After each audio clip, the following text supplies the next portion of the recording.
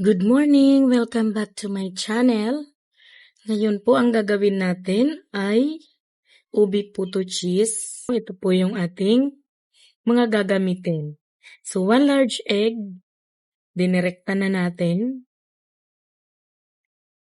Then, batiin lang muna natin ng partial. Then, ilalagay na po natin yung sugar. Yung sugar po na ilalagay ko ay 1/2 cup sugar. So, bala na po kayo kung di kayo masyadong mahilig sa matamis or masyado kayo mahilig sa matamis, dagdag bawas na lang po pagdating sa sugar. Then, maglagay na po tayo ng tubig. Ay, hindi pala tubig ang gagamitin natin ngayon, kundi ibap na gatas. Kasi maraming nagtatanong kung pwede daw bang i-replace yung water sa ibap. So ngayon po gagawin natin mismo, ibap na yung pinakatubig natin. So 1 cup po ng ibap yung nilagay natin. Minix na natin sa sugar, saka doon sa egg. Then lalagyan na rin po natin ng ubi flavor. So sa ubi flavor po, kung gusto mong malasa masyado yung ube, 1 tablespoon. Pero kung gusto mo naman light lang yung lasa ng ube at yung kulay ng puto mo, gawin mo po siyang 1/2 tablespoon lang.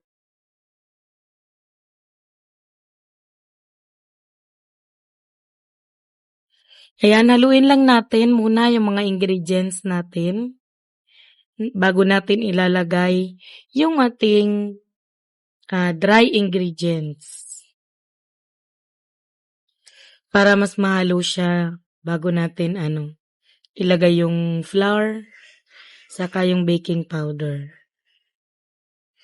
So ngayon po, meron pa pala tayong isang liquid ingredients na din na ilagay, yung ating tinunaw na margarine. So yung margarine po, pwede po natin yan i-replace ng butter. Ang tigas-tigas lang nung butter ko kaya margarine na naman ulit yung ginamit ko sa vlog na to. So 2.5 tablespoon ng melted margarine, ininit ko po yan sa microwave. Kung wala naman po kayong microwave ay pwede nyo rin pong initin ito sa sa kawali. So nilagay ko na po yung all-purpose flour. 2 1/2 kaya 1 cup. Total of 1 cup at pati na rin po yung 1 tablespoon na baking powder pero hindi po natin na-videohan. Yan, ilagay nyo na lang yung baking powder. Kasabay po yun ng flour. Then, mix natin tong mabuti. At para makisigurado tayo ay magsasala na naman po tayo ng puto mixture natin.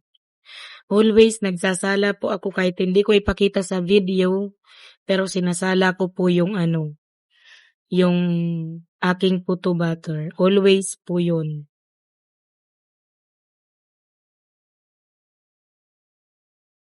Ayan.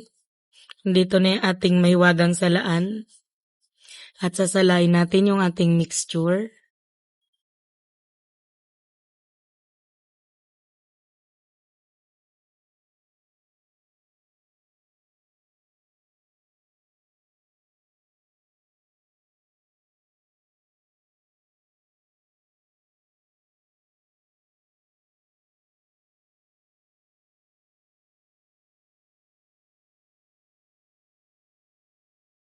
Pagkatapos nating magsala, ang next na po natin ay ilalagay na natin siya sa mga puto molder.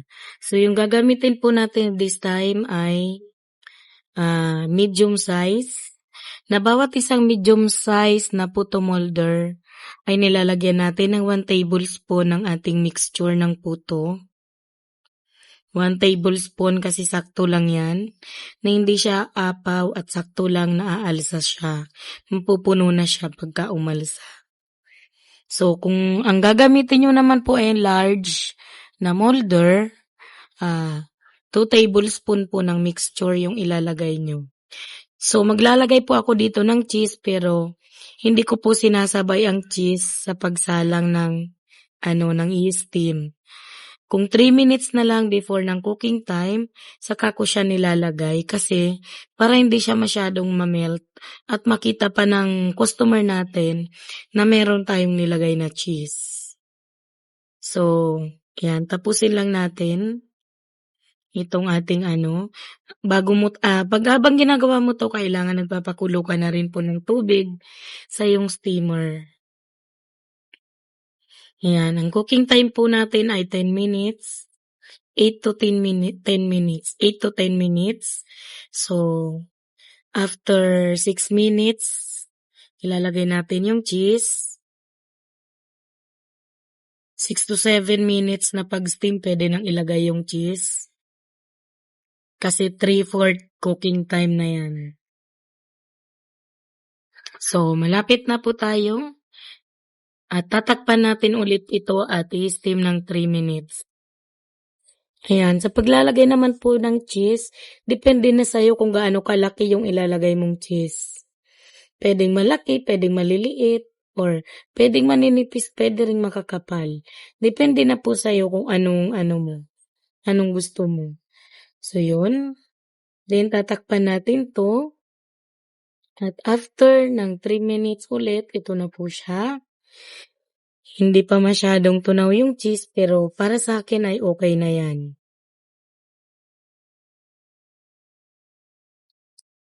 So, kailangan mo muna po itong i-cool down, ayan. Kita nyo, perfect na naman natin yung puto natin. Kailangan mo lang muna itong i-cool down ng mga 1 to 2 minutes bago natin ilagay dito sa lagayan. So, ayan. Ilagay na natin. At i-arrange na natin dito sa ating serving plate.